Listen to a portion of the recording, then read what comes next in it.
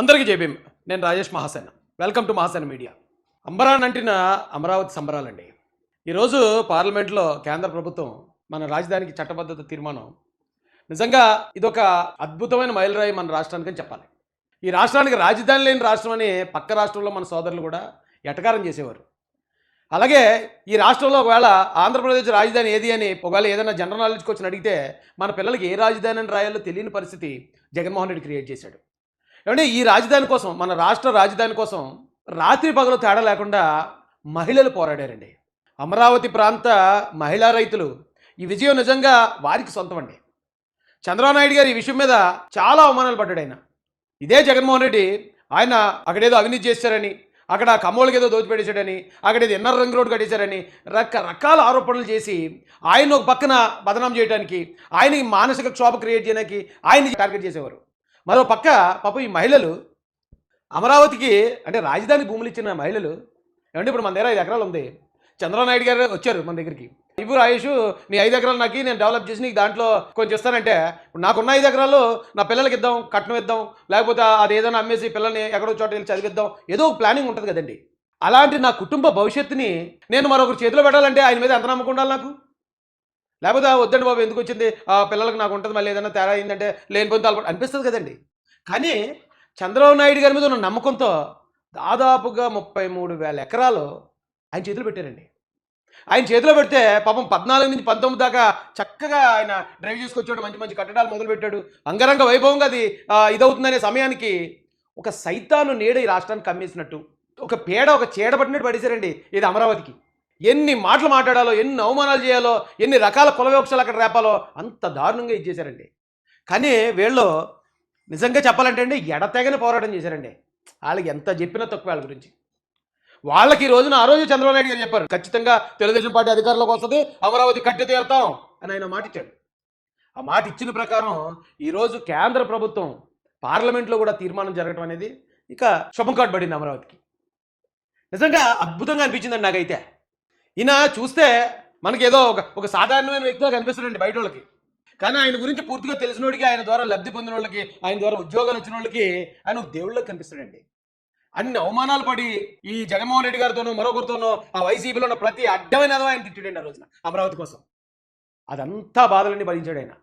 ఆ బాధలన్నీ భరించి ఆయన నిలబడ్డ తీరు, ఈ రోజున అమరావతిని నిలబెట్టిన తీరు. ఏమండి రాష్ట్రానికి రాజధాని వస్తుందంటే ఎవరైనా ఆనందపడతారండి. ఇప్పుడు రాజధాని లేని రాష్ట్రంగా ఉంది, ఈ రాష్ట్రానికి రాజధాని వస్తుందంటే ఈ రాష్ట్రంలో పుట్టిన మనిషి అన్న ప్రతి ఒక్కరూ ఆనందపడతారు. కానీ అదేంటంటే వైసీపీ వాళ్ళకి ఆనందం లేదు. ఇప్పుడు జగన్మోహన్ రెడ్డి 5 సంవత్సరాల అధికారంలో ఉన్నాడు, రాజధాని ఒకవేళ అమరావతి కాదనుకున్నాడు, కొన్ని మరో చోట కట్టుంటాడు కదా. నిజంగా అతనికి రాజధాని అమరావతిలో వద్దు మరో చోట ఉండాలని కోరుకుంటే 5 సంవత్సరాల్లో కర్నూలునో, కడపనో, చిత్తూరునో, లేదా వైజాగ్నో, విజయవాడనో ఏదో దాన్ని చేసి ఉంటుంది కదా. అతను కట్టాలని ఉద్దేశం లేదండి. ఈ రాష్ట్రానికి రాజధాని రావడం నచ్చట్లేదు ఆయనకి ఇష్టం లేదు అసలు. మరి అదేం కర్మ నాకు అర్థం కాలేదు. నేను ఎప్పుడు పురాణాల్లో చదివినప్పుడు ఋషులు యాగాలు చేస్తూ ఉంటే వర్షాలు పడడం కోసం, లేకపోతే ప్రపంచ శాంతి కోసం రాక్షసులు వచ్చి దాన్ని పాడు చేసేవారట. ఊరికే ఏం పనిలేదు దూలకే. వీళ్ళని చూస్తుంటే నాకు అదే గుర్తు వస్తుందండి. ఇప్పుడు అక్కడ రాజధాని, మన రాష్ట్రానికి రాజధాని వస్తే వైసీపీలకు ఏంటి నొప్పి?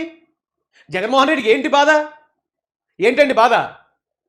రాజధాని వస్తే అందులో ఏదో తారుమారు తక్కువ చెప్పి డబ్బు ఏంటండి, ప్రజాధనం దోచుకున్న దాంట్లో ఈ భారతదేశంలో ప్రపంచంలో మీరు టాప్ ఉంటారు.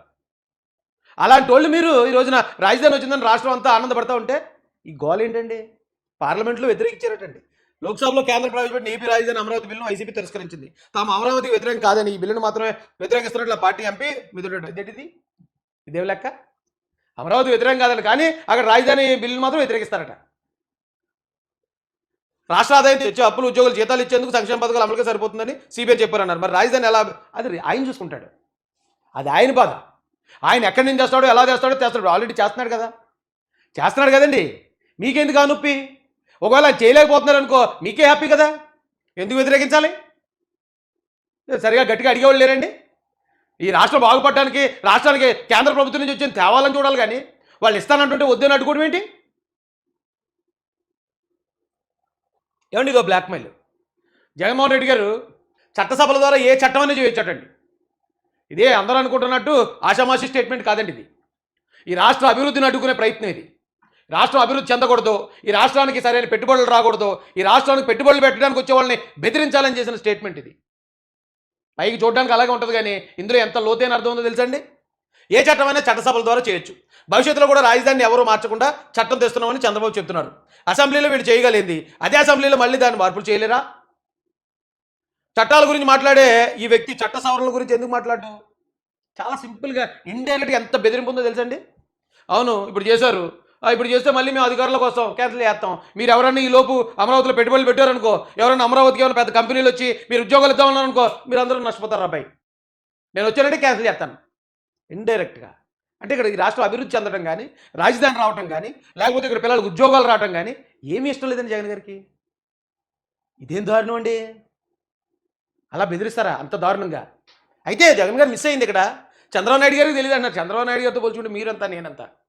ఇప్పుడు గతంలో ఓన్లీ అసెంబ్లీలో చేశారు కాబట్టి 2014 నుంచి 19 మధ్యలో తమరు వచ్చిన తర్వాత దాన్ని అలా నిలువరించేసి లేదు 3 రాజధానులు రావచ్చు, 10 రాజధానులు రావచ్చు అని ఏ కబుర్లు చెప్పుకుంటూ 5 సంవత్సరాలు కాలయాపన చేశారు. అందుకే ఇప్పుడు చంద్రబాబు నాయుడు గారు ఏం చేశారంటే కేంద్రంతో చేయించారు. పార్లమెంట్లో అయిపోయింది బిల్లు, చట్టబద్ధత వచ్చేసింది దానికి. ఇప్పుడు మళ్ళీ ఇక్కడ అసెంబ్లీలో అంటే పార్లమెంటులో చట్టబద్ధత వచ్చిన బిల్లుని అసెంబ్లీలో బిల్లు పెట్టి క్యాన్సిల్ చేస్తారా? ఉంటుందా ఆప్షన్ అది? మినిమం కదండి ఇది, 10వ తరగతి పిల్లడికి వెళ్తుంది. అసెంబ్లీలో చేసిన బిల్లుని పార్లమెంట్ ఆమోదించవచ్చు, తిరస్కరించవచ్చు. కానీ పార్లమెంట్ ఆమోదించిన బిల్లుని అసెంబ్లీ అలా తిరస్కరిస్తుంది? ఇదేం బెదిరింపులండి? ఇలాంటి బెదిరింపులు పెట్టుబడులు పెట్టడానికి వచ్చిన వాళ్ళని బెదిరించే పద్ధతి ఇదా? ఈ రాష్ట్రాన్ని అభివృద్ధి చెందనివ్వరండి మీరు? ఈ రాష్ట్రానికి రాజధాని రావద్దా? ఏ రాజధాని వస్తే మీకు ఏం నొప్పి ఏంటి నాకు అర్థం కాదు. రాజధాని అనగానే భయపడప్పుడు. సాక్షిలో మొత్తం అంత ఇదే, దాదాపు 1:28 నిమిషాలు మాట్లాడేది నేను వచ్చి రాజధాని వచ్చినందుకు ఈ బాధతోటి.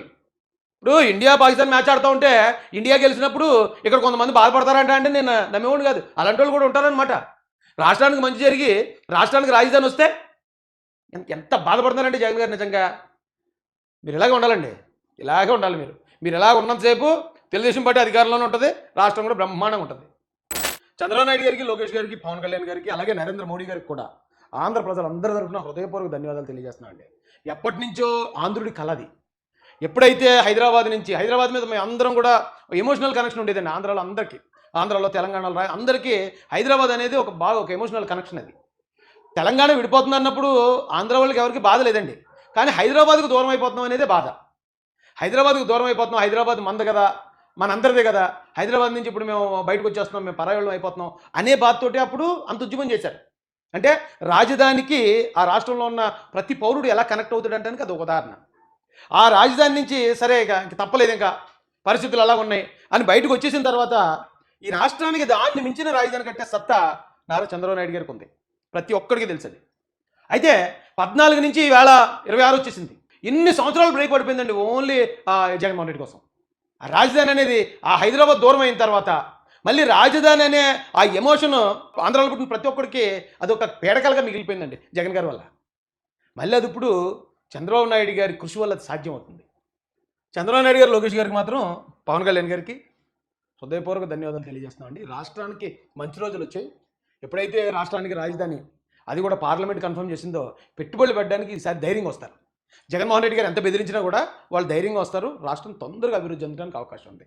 కాబట్టి అవకాశం ఉన్న ప్రతి ఒక్కరు కూడా చంద్రబాబు నాయుడు గారికి, లోకేష్ గారికి, పవన్ కళ్యాణ్ గారికి, నరేంద్ర మోడీ గారికి హృదయపూర్వక ధన్యవాదాలు తెలియజేయాలని మహాసేన మీడియా నుంచి మేము కూడా రిక్వెస్ట్ చేస్తూ జై భీమ్, జై భారత్, జై జై మహాసేన, జై తెలుగుదేశం, జై చంద్రబాబు, జై జై లోకేష్.